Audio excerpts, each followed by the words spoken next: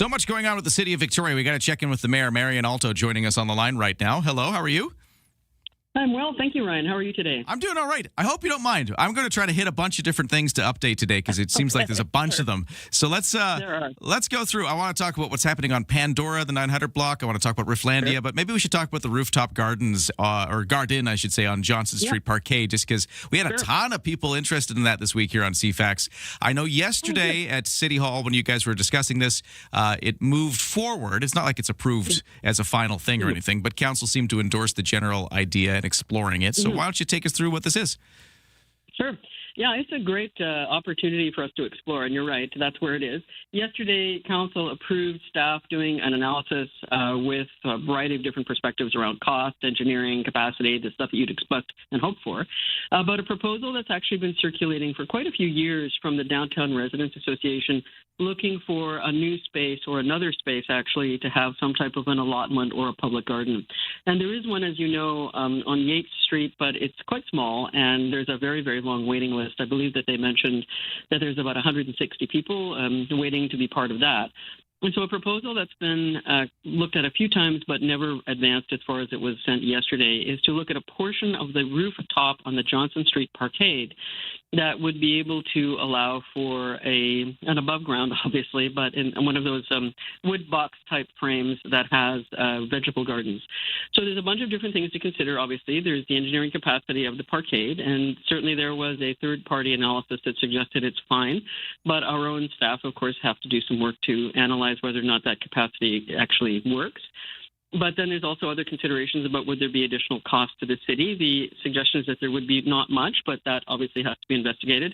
And then, of course, there's the impact of losing a number of parking spaces. And certainly the proposal included an analysis that was done again by a third party that suggested that that particular parkade was not overly well used and that there was consistently a very large number of open spaces, certainly on the top floor. So all of those things need to be analyzed and reviewed, and what we did on Thursday was to essentially ask our staff to do that work and then come back with the results of that work and those analyses and reviews, and then at that point, council will make a final decision. So, okay, there's still some stuff to do. I just want to read this text message here, which, I mean, I understand you got to do the engineering thing. You got to be safe. But this text just has this question saying, so you're hiring an engineer to assess if raised planters growing carrots and lettuce are too heavy, while 16 Teslas weighing 400 or 4,000 pounds curb weight each, plus possible soil in the trunk, is able to drive over the same area with zero issues. So I guess it sounds like it should be able to hold the weight, but I guess you got to check. Yeah, it does sound like it would, and I think that the general sense from council yesterday is that it's highly probable, but the reality is, of course, is that you want to be able to assess and compare different competing interests.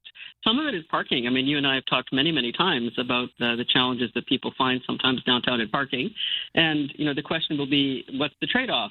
And so there's an engineering capacity, and you want to make sure the city doesn't do anything that puts it or its public at risk. You want to make sure that the costs are, if there are costs that are over and above what we expect, that they're affordable and that they're reasonable. And you also want to make sure that the trade-offs make sense. And so this is not something we were going to make a snap decision about. And so we have asked for some of our own analyses. And when that comes back, then we'll have an informed ability to make an informed decision. We could keep talking about this, but I want to just jump into a couple of other things quickly before we run out of time. So Pandora, 900 block, yesterday, this big cleanup happened. The streets were cleaned. The lawn was mowed. Debris was moved on. We're, of course, talking about that block of Pandora that is featured an entrenched homeless encampment. What's it look like now this morning, and you know what was accomplished yesterday? Talk about what happened there. Yeah, I think it's important for folks to realize that this was actually quite routine. We do this every year, and we do it in particular areas which have a high use value. And so obviously there's a certain intensity of the use that is on the 900 and sometimes the 800 block as well. And so once a year, and this is the third year we've done this just about the same time of year, we go in and we close off the street so we can do what's called a deep clean. And it is all of the things that you just identified. But it's also doing some infrastructure repair, dealing with any gaps in the sidewalks and the street itself, so doing asphalt repair, you know, so something as simple as changing light bulbs, dealing with trash, I mean, all the things that you've identified. But the important piece of it is that, you know, we do it because we understand how critical it is for every block of the city to be kept in as best condition as it can. But that particular block, because it's so intensively used, does need special attention periodically. This was done, as I say, routinely every spring, and we were very clear and we were very careful about ensuring that all of the service providers who are on that block were well aware of this some days in advance, and in fact even longer than that in some cases, as were the folks who tend to be there. And we did have folks who were able to ensure that anyone who needed to use the services, our place, the harbor, the pharmacy, a number of others, were able to get in and access those services if they needed to. And we had ambassadors guiding people and whatnot. So we were trying to do the important infrastructure cleanup, routine maintenance that we need to do, but at the same time ensure that the services that there were still accessible. So it's a challenging day, but I think it was done. From what I understand, the feedback we've had has been pretty positive.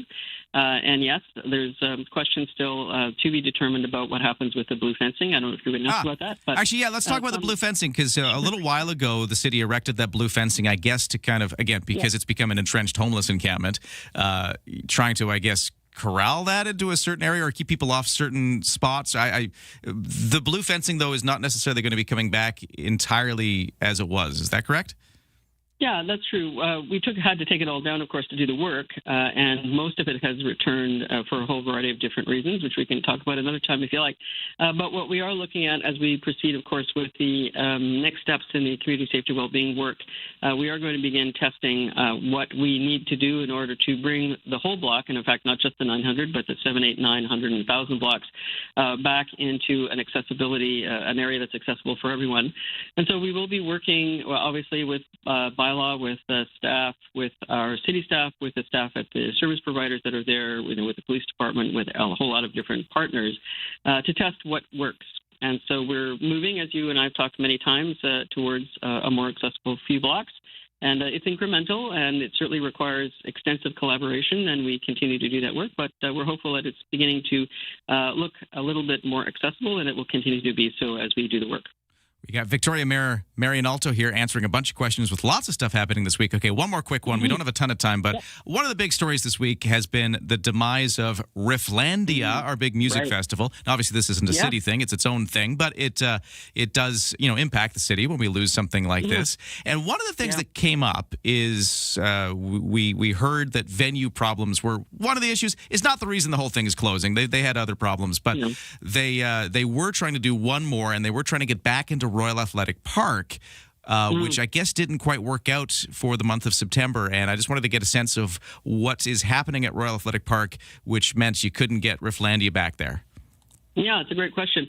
It is sad, and I mean, I love Rifflandia, and I'm sorry that for all the reasons that you're alluding to, it didn't work for them. I mean, I understand there's a lot of work around the economy that wasn't working as well as far as ticket sales and what that would do with their ability to draw a really high-quality show. But the issue of RIP, absolutely, for September, of course, we were already in negotiations with PFC for some Pacific Football Club for some of their guest soccer games there.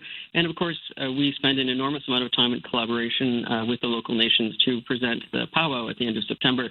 So it didn't work for this year, but we, of course, would be welcome on a conversation about future years. And, they will have to make the decision, as you well know, for a company that does its own work, about whether or not they can take those risks and what they think they can do. But we are, of course, open to a conversation about them returning to RIP in the future. Absolutely. Whew, we got a lot in there. I think we did well. You did. Okay. Okay, well done. Got a bunch of the issues with City of Victoria Mayor Marianne Alto. Much appreciated. Thank you so much for taking those questions, and we'll talk again soon. Always a pleasure. Have a great weekend.